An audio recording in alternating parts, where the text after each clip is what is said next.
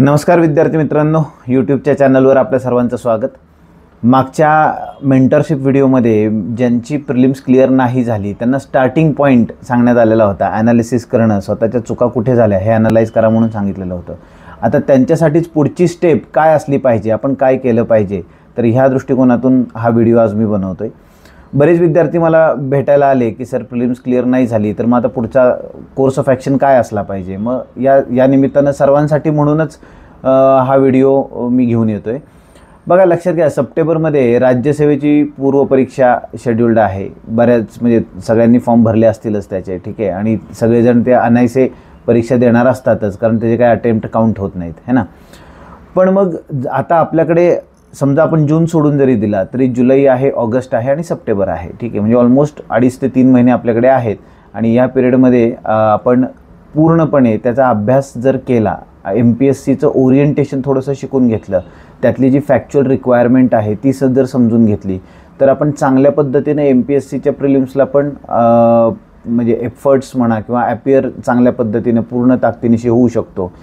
हे पर्टिक्युलरली कोणासाठी, ज्यांनी ऑलरेडी आत्ता UPSCची प्रिलिम्स दिलेली आहे, की मी इथे अज्यूम करतो आहे की UPSCच्या प्रिलिमच्या अनुषंगाने या मुलांचा स्वतःचा अभ्यास झालेला आहे, ठीक आहे। आता त्यांना गरज आहे ती फक्त MPSCच्या ओरिएंटेशनची आणि थोड्याफार फॅक्च्युअल ब्रशअप्सची, ठीक आहे। तर थोडंसं MPSCचं ओरिएंटेशन जर आपण शिकून घेतलं, थोडं फॅक्च्युअल ब्रशअप जर आपण केला तर आपण प्रिलिम्स चांगल्या पद्धतीनं अटेम्प्ट करू शकतो। आणि लक्षात घ्या, प्रिलिम्स जर क्लिअर झाली तर मेन्स जी आहे ती डिस्क्रिप्टिव्ह पद्धतीनं म्हणजे वर्णनात्मक पद्धतीनं या वर्षीपासून नवीनच सुरू होती आहे।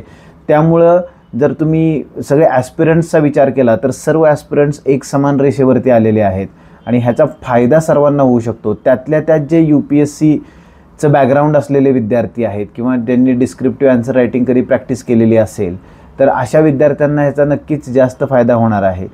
आणखीन एक महत्त्वाचा इथे मुद्दा असा आहे, लक्षात घ्या, की MPSC जी आहे ती कधीही सिलेबसच्या बाहेर जात नाही। ती सिलेबसमध्ये खूप सारा फॅक्च्युअल नवनवीन डेटा कुठून काय काय शोधून काढत असते, पण सिलेबसच्या बाहेर जेवढी UPSC जाते तेवढी MPSC जाताना मात्र दिसत नाही।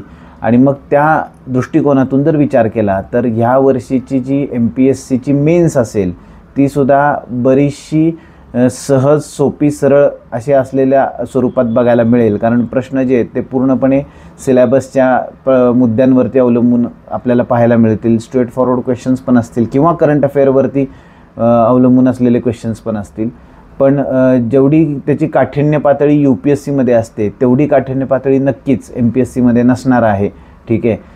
आणि त्यामुळं इथे खूप चांगला चान्स आपल्या सर्वांना, की ज्यांनी खूप सिरियसली प्रिपरेशन UPSCची केली होती पण काही थोड्याफार फरकाने, थोड्याफार मार्कांनी फरक पडलेला आहे, प्रिलिम्स क्लिअर होऊ शकलेले नाही आहेत, तर अशा विद्यार्थ्यांसाठीची ही संधी आहे। आणि हा जो 1 वर्षाचा कालावधी आहे की पुढचा अटेम्प्ट आणि त्याच्या आत्तापासूनचा वेळ, तर ह्या दरम्यानच्या काळात करण्याचा हा खूप चांगला प्रयत्न की जो तुम्हाला एक चांगल्या मार्गावरती सुद्धा नेऊ शकतो।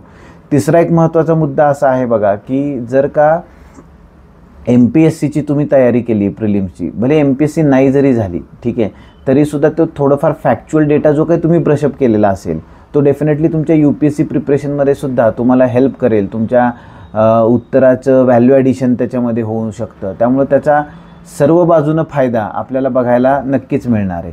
मग MPSC तर सगळेच करतात असं तुमचं म्हणणं पडणार, मग तुम्ही हे स्पेशल का असं सांगताय, तर मुळात लक्षात घ्या मुद्दा, MPSC सगळेच करतात पण तेवढ्या ताकदीनं किंवा त्या सिन्सिअरिटीनं, जेवढ्या सिन्सिअरिटीनं तुम्ही UPSC करत होते तेवढ्या सिन्सिअरिटीनं तुम्ही MPSC करताय का, हा प्रश्न तुम्ही स्वतःला विचारायचा आहे।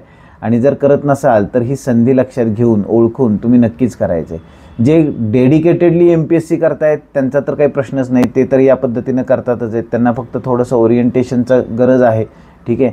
त्यांनाही जर त्या ओरिएंटेशनच्या दृष्टिकोनातून जर काही म्हणजे आवश्यकता असेल तर तुम्ही मला नक्की या व्हिडिओजच्या खाली कमेंट्समध्ये म्हणा किंवा इतर मार्गाने, सोशल मीडियाच्या मार्गाने कळवा। प्रिलिम्स नंतर आपण त्याच्यावरती सुद्धा बरेचसे गायडन्स सेशन्स घेऊ शकतो, ठीक आहे। पण मुळात जे UPSC करत होते पण प्रिलिम्स पास होऊ नाही शकले त्यांच्यासाठी सुवर्णसंधी, त्या संधीचा नक्की लाभ घ्या। धन्यवाद।